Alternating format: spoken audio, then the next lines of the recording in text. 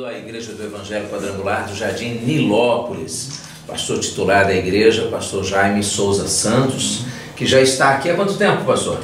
14 anos. 14 anos. Você que deu início à obra. Foi. O anuêncio do nosso superintendente gostou da proposta da abertura da obra ali na Lafayette, número 31, ao lado do Poço do Carlão. Começou lá... Ali é Jardim Santana. Jardim Santana, né? Sim. Começou lá no barracãozinho de 100 metros quadrados, né? E Deus foi dando crescimento, foi acontecendo. De lá vocês mudaram para um outro salão? Sim, na verdade a gente alugou um terreno 50 metros de distância, 50 a 100 metros de distância, na esquina da Lafayette com a Esther Moretti, bem no eixo do bairro, né? Naquele episódio da troca, da mudança, houve de fato uma mudança na igreja, que a gente construiu em cima de um terreno alugado, sob protesto dos amigos. O superintendente até que foi maneiro, aceitou e apoiou. E construímos... Mas você disse que mudou a igreja no sentido de crescimento. De crescimento. Que quando a gente colocou ali na avenida, ela ficou mais visível. E as pessoas desciam do ônibus em frente. Tomavam o ônibus em frente. E foi assim um crescimento fantástico. Nós chegamos a ter lá, fiz campanha lá, nós chegamos lá a ter de 400 a 500 pessoas reunidas lá. Que maravilha. Tinha muita gente lá. E como é que foi o processo? Hoje vocês estão aqui, é uma sede própria. Como é que foi essa mudança de lá para cá? Vocês compraram um terreno, construíram? Como é que foi o processo?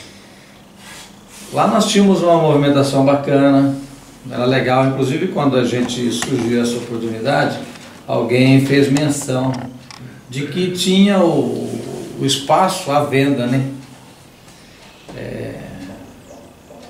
E a gente veio conversar com o corretor, a gente viu a proposta de quanto que era o valor. Isso lá? Quando lá ainda, sim, né? A gente observou, a gente conseguiu visualizar esse espaço aqui e a prerrogativa de mudar para cá. Como a gente vive pela fé, a gente trouxe o superintendente também, envolvemos o nosso superintendente, e ele gostou disso tudo. E a gente teve a bênção dele, a anuência, a bênção dele, e a gente lançou o projeto para aquisição. A proposta de compra desse espaço por outros pretendentes era de 160 mil à vista. Na época. E a gente fez uma proposta de 60 mil de entrada, sem ter esses 60 mil, e depois o restante parcelado em 24 vezes. O corretor falou assim, isso é inviável, não vai ter jeito. Porque existiam propostas, 3 ou 4 propostas que eram à vista. E aconteceu que se fechou em cima disso, né? E graças a Deus a gente comprou. E os 60 mil a gente não tinha para dar a entrada. E graças a Deus a gente conseguiu. Mas aqui já estava pronto a estrutura física. Ela estava precária, mas bem precária. E a gente comprou, aí nós fizemos essa adequação, né? Essa revitalização, deu um up, né? Deu uma erguida nela. Ficou melhor, ficou mais bonitinho. O local então pertencia a uma outra instituição religiosa? Ela era de uma instituição, mas só que eles tinham saído, né? E depois aqui foram ocupados por pessoas que exploraram o espaço, alugaram para pessoas, assim, virou meio que um cortiço, né? Tinha dentro do templo, tinha uma academia, né? E depois disso houve uma intervenção jurídica e eles tiraram todo o pessoal daqui. Né? Aí depois veio a proposta de venda, que sagrou-se ao nosso favor e aconteceu. E nos sentimos muito abençoados. Uma das coisas que aconteceu da saída de lá para cá é que lá em cima a gente tinha um grupo mais elitizado. Eu cheguei lá a ter professor da Unicamp, ter médico, ter um grupo mais elitizado, inclusive a gente teve assim uma condição melhor financeiramente. Quando a gente veio para cá, parte do pessoal assim mais uma qualidade de vida melhor, eles não quiseram vir para cá, né? Porque quando a gente veio para cá, a ideia é que lá era melhor, mais elitizado, tal, espaço, enfim, era melhor lá. Inclusive, quando eu quis vir para cá, antes de vir, eu conversei com o dono do terreno lá, ele queria vender. Eu falei, então, fala o seu preço. Ele falou em 370 mil reais. Era mais do que o dobro daqui. Então, pastor Jaime, mas hoje você diria que valeu a pena, mesmo perdendo alguns membros que optaram por não vir para cá, valeu a pena essa mudança? Valeu sim, graças a Deus, porque a geografia daqui, nós não estamos numa avenida, nós estamos no meio do povo, né? Nós estamos no meio do bairro, então a gente tem mais contato com as pessoas. E vocês já estão aqui há quanto tempo? Vai para uns 8 anos. Desde a inauguração? Faz quanto tempo? Lá no salão? Lá foi 5/1/2002. Então nós ficamos... Nós estamos em 2016, são 14 anos. 14 anos. Desses 14 anos, 8 anos vocês já estão aqui. Eu acho que 10 anos, porque 4 anos foi da saída de um para o outro. Sim. 2 lá e mais 2 lá na Sermoenção, né? Certo. E depois migramos para cá. Entendo. Aí um intervalo de 10 anos. E como é que é o dia a dia aqui da igreja, as atividades, como é que funciona? Nós temos cultos, né, de terça-feira, que é de intercessão, às 19h30. Eu tinha um culto à tarde, que vinha mais irmãs, tal. Esse culto eu tirei ele.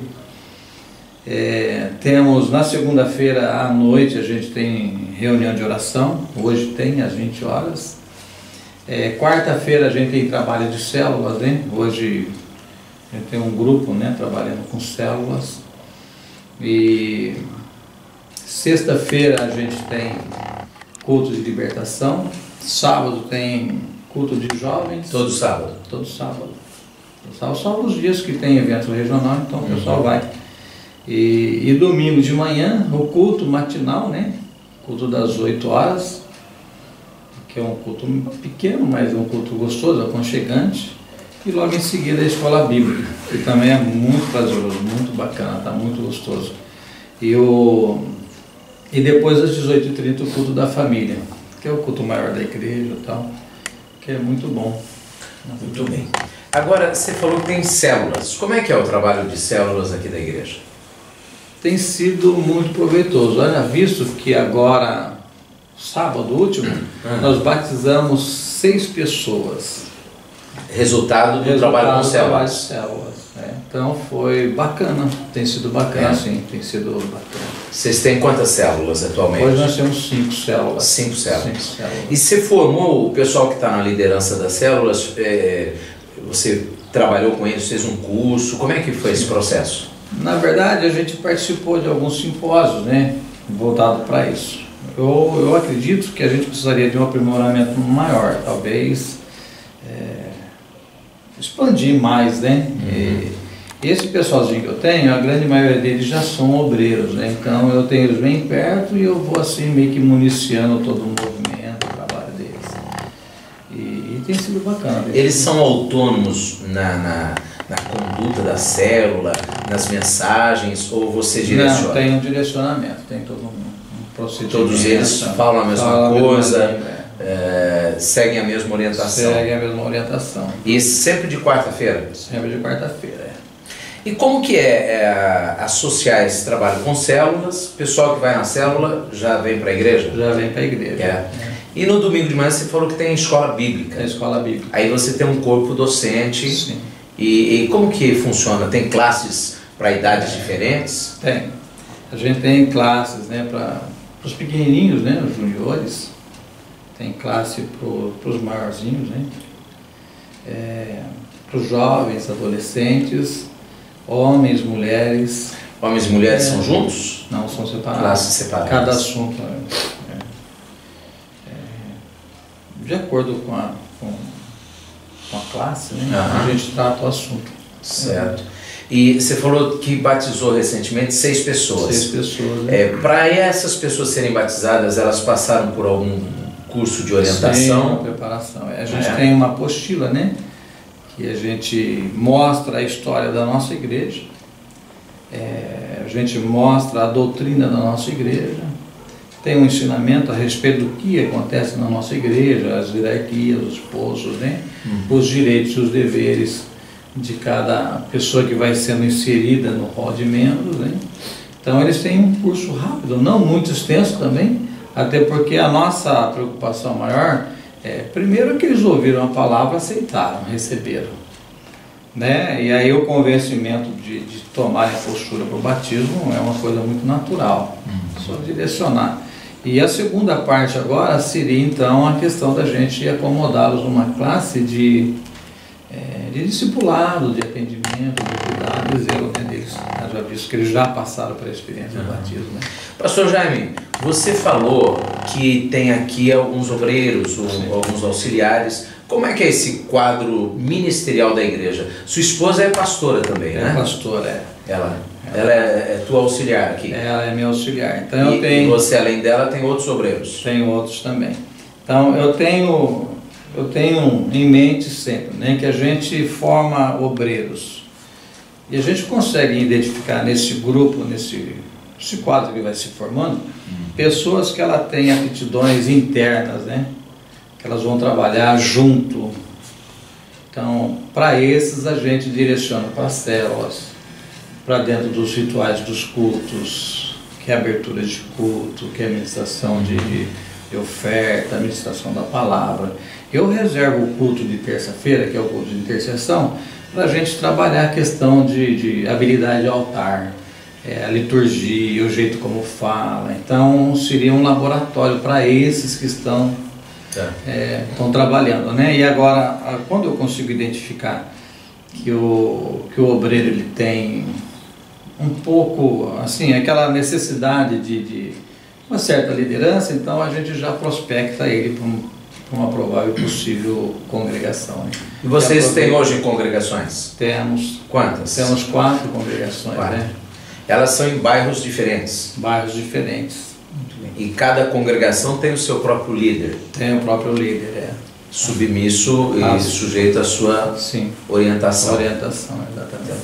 E lá na congregação, como é que é o funcionamento? É igual ao da igreja ou tem um aspecto diferente? Geralmente ele é espelhado em cima daquilo que a gente passa, né? Até porque a gente tem reunião com eles, a gente conversa, considerando que antes deles tenho eu com o meu superintendente, né?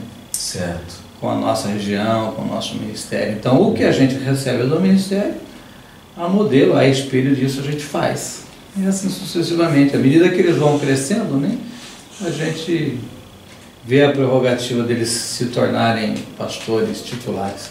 Aí passa para a obra nova. Passa para a obra nova. Agora nós tivemos a experiência de recentemente o senhor promoveu o Claudio Miro Lisboa, né, que era um dos obreiros da casa, que foi tesoureiro, que foi professor de escola, da escola bíblica, né, e que agora ele está lá em Sousas e começou um trabalho lá assim, modesto, devagar, bem centradinho, sem muito alarde, sem muito, né, aquela coisa fantasiosa, fazendo de forma consciente. Hoje de congregação passou numa igreja autônoma, né, que é uma edificação, tem um grupo de quase 100 pessoas lá com ele, então está assim, franco o crescimento, está bacana. Você falou que por sair de uma parte dessa região da cidade de uma condição socioeconômica melhor para uma não tão dentro do padrão que estava, você traz para dentro da igreja pessoas mais, vamos dizer assim, carentes. Sim. Em decorrência disso, a igreja desenvolveu algum projeto social? Tem algum viés nesse sentido? Tem, porque é inevitável. Haja visto que a gente está inserido dentro Quando a gente está lá em cima, eu tenho em mente que eu vejo assim, uma itinerância muito grande, pessoas que passam, né? Algumas permanecem, outras passam. E quando a gente está dentro do bairro, inserido no centro do bairro, a gente observa que o sacerdote ele fica mais próximo das pessoas. Entendo. Ontem mesmo, por exemplo, eu saí aqui e fui para um sacrifício, fui participar de um churrasco, um lugar que era uma célula. Que é uma célula, né? Então o pessoal mobilizou na quarta-feira e programaram no domingo, né? E geralmente você termina o culto de domingo, né? Termina toda a atividade de domingo, você quer ir embora para casa descansar. Não, pastor, a gente faz questão que o senhor esteja lá. Isso foi à noite? Não, de manhã, sim, logo, no horário do almoço. Então a gente foi para lá, ó, gastamos esse tempo com eles. Então é bacana porque o sacerdote ele fica dentro da casa das pessoas. Diferente dos lugares assim de grande movimento, né, que é a itinerância. Lá, nesse quadro, do jeito que a gente vivencia hoje, a gente enxerga que nós estamos inseridos dentro da casa. Né? Então tem muita visita, pessoas que nos convidam para almoçar, para jantar, estão bem envolvidos. Né? E hoje, até com a pergunta do pastor, respondendo ela, socialmente a gente fica mais em contato com a necessidade, né? E aí as pessoas procuram a igreja, por exemplo, se ela precisa de medicamento? Sim. Procuram. Elas vão no posto de saúde, não tem, elas não têm como comprar, elas recorrem à igreja. Recorrem. E a igreja tem condição de ajudar? A gente recentemente teve uma irmã, né, que ela passou por um processo assim delicado, né? Ela é aposentada, recurso mínimo. E a gente fez a visita, a gente percebeu a necessidade dela. E ela contando, falando, às vezes o próprio pessoal, o próprio grupo, lideranças de grupo vai. E eles percebem isso e trazem o assunto para o pastor. E a gente consegue então administrar. Esse é um caso de medicamento? É um caso de medicamento. Tem também de alimento, roupas? Alimento, temos alimento. Inclusive a gente tem uma mesa hoje aqui que eu lancei um desafio para o pessoal trazer alimento. Eles estão trazendo alimento, vamos montar a mesa. E depois a gente vai direcionar esse alimento para uma casa de... Pastor Jaime, eu percebi que aqui na região tem uma comunidade bem pobre, né? Que era uma favela que foi urbanizada, mas ela ainda tem aquele aspecto de gente com bastante necessidade. Sim. Você tem membros da igreja que moram ali? Temos vários. E até pessoas que moram ali e de repente buscam socorro, ajuda aqui na igreja? Temos aqui uma situação interessante, que nós temos as células. Eu tenho um obreiro meu lá, ele está trabalhando. Recentemente foi para as células a convite, né, do grupo da célula, uma moça.